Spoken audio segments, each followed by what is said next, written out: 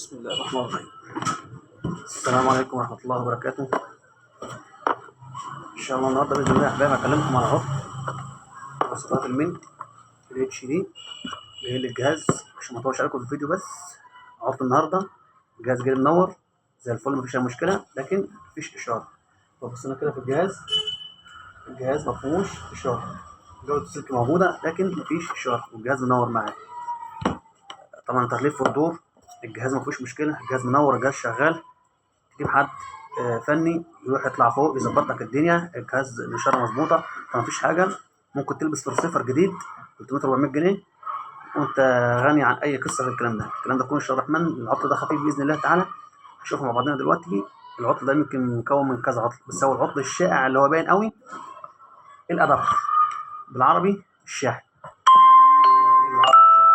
الادابتر ده هو سبب المشكله دي كلها، اثر الفولتات بتاعته، اثرت فعملت معانا المشكله دي.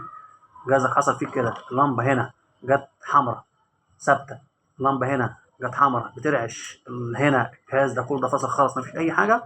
اعرف على طول ان شاء الله الرحمن اول حاجه نجربها ادابتور، ما يكونش بتاع حاجه خالص في البيت محطوطه غير اللي هو 12 فولت 1 امبير او 2 امبير، هتلاقيه مكتوب في من الطاره كده. وبناء على كده ما عنديش اشاره، هشيل الادابتور القديم اللي هو البايظ، شغل الادابتور الجديد بالشاء الرحمن، هيشتغل معايا باذن الله. الجهاز زي الفل، احنا ما عملناش حاجه، كل حاجه محطوطه زي ما هي بفضل الله.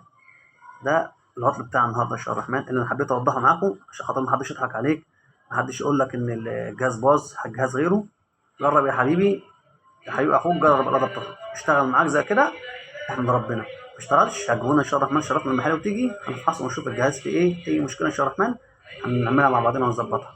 بس كده ده الادابتر، ما تقوليش اصله شغال، اصله قدامي كويس، اصله منور، اصله مش عارف، اصله لا، خلاص ده كده ارميه. جرب واحد عندك اشتغل ماشي، بس اتاكد انه ممكن شغال قبل كده وكويس. ما اشتغلش اشتري يا عمي عند اي محل بتاع دش، خليه يجرب لك الريسيفر كله، لو اشتغل على كده يبقى تمام، ما اشتغلش يبقى تفحص الجهاز ان شاء الله وتعرف الموجود فين. وقبل ما اسيبك بالفيديو عايزك تسمعني الصلاه على المصطفى صلى الله عليه وسلم.